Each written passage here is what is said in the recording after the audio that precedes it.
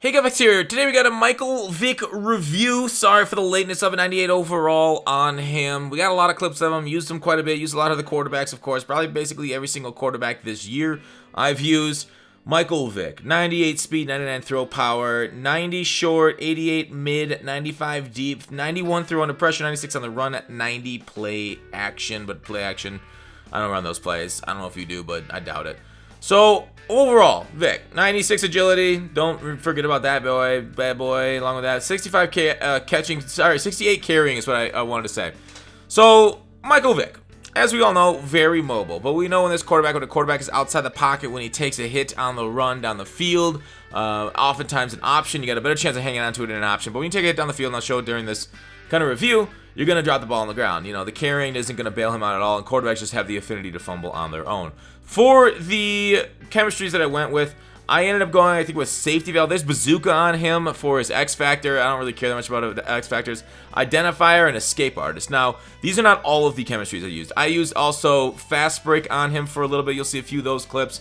Last ditch is right there. Evasive. Evasive's too risky, in my opinion. I have identifier tier 2. He gets jukebox. Jukebox and evasive, same thing. Just about agile extender. Fast break on him. He gets that opportunity. Indoor baller, not really worth it. Clutch, not really worth it. Gutsy scrambler, pretty nice right there. Homer and safety valve. He is 1 overall, 2 short. 4, unfortunately, the dashing Deadeye, I guess a bit 98 overall for that bad boy. Bulldozer, you probably never put that on him. Dashing Deadeye right there. And then human joystick, 99 overall, 99 agility. Maybe down the road he'll get that. So, I don't know if he'll ever need it, though. The problem with, like, Vic, and he does have the arm strength, 99 throw power on the squad, on the Steelers theme team, or 25 to 50 Steelers theme team. He's basically maxed out there, right? This is basically what a lot of years we'd call an endgame quarterback. The only reason that he's not an endgame quarterback in this one is because of the no dashing Deadeye. One of those powerful abilities in game 4, kind of scrambling quarterbacks. They can be on the run and hit perfect on the run passes. Now, there is a little bit of talk about the roaming Deadeye glitch where you just let go of the right trigger when you're throwing it, and you'll be just as accurate as long as you let that go. It'll be perfect accuracy, just like dashing. So, not something I really use a lot. I don't use a ton of running throws, just like I ran and threw it right there, and we were able to X Factor moss it up because we got glitchy in that. That is so stupid. Like, is it this one? Or there's another one where I throw it up again in 5 coverage, you'll see here, and it just comes down with it. So he has the arm. Basically, as you know, 99 throw power. Michael Vick, when he was in the league, was one of the best chuckers of all time. So a physically talented, gifted player, and luckily we make reads for him instead of him making them, which was his major issue as an NFL player.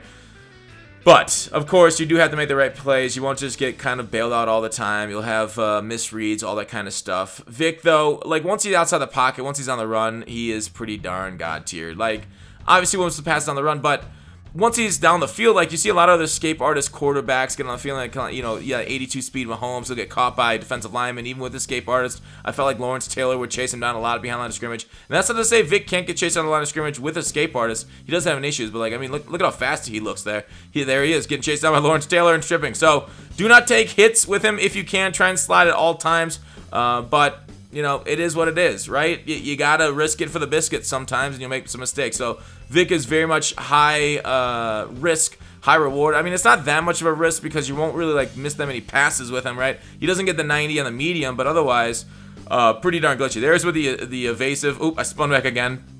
Those are the evasive on him, so those are some pretty nice jukes and spins. But like I said, even if you get caught, I mean, it's just so risky to run that evasive. So do what you will with it. Michael Vick, though, overall, is he my favorite quarterback to use this year? Yeah, probably. I mean, what can you do that's better than that? That was like the edge of his range, though. Like, so 99 throw power. It's really good. It's really nice. It fits him in there. It's good, better than any other throw power, obviously. But it's not like, you know, even with the bazooka, it still takes a long time to wind up with these quarterbacks, so the effective velocity maybe isn't as good as, say, Aaron Rodgers on medium, short, long throws because of how long it does take quarterbacks this year to wind up. It's not like past years, but, you know, I really enjoyed the time with Vic. I mean, comparing him to other guys like Lamar, he's basically a better Lamar until, like, Lamar's MVP card comes out, probably. Like, I didn't have any problem with that medium accuracy. Woof, on the dot, right in stride, as we can just run upfield with Moss and kind of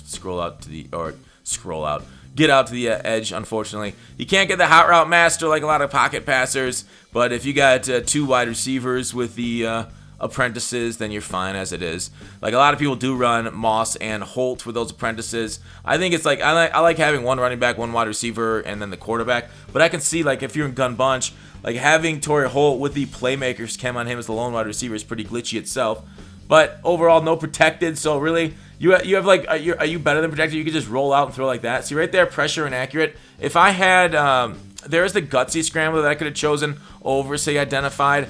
Like I have it. That's my last Vic. When I was running Vic last, I had the gutsy scrambler, and before we could get there.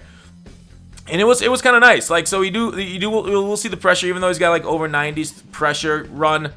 They were trying to cover 3 beater. We had it, but his deep safety just made a heck of a play on us. Deep safeties are getting faster. It's harder to throw those cover 3 beaters than ever before. So we'll just take the open guy there, a little swerve to get to the sideline. Vic, though, I love him. I'm a Steelers. I'm going to keep running with him, though I can see why people would rather go dashing Deadeye for those glitchy corner routes on the run throws, because coverage breaks down really easily outside the pocket. But overall, Vic, loved him. 9.5 out of 10. A little pricey, but, you know, production comes at a price. Thanks for watching Call to Action. I'll see you tomorrow.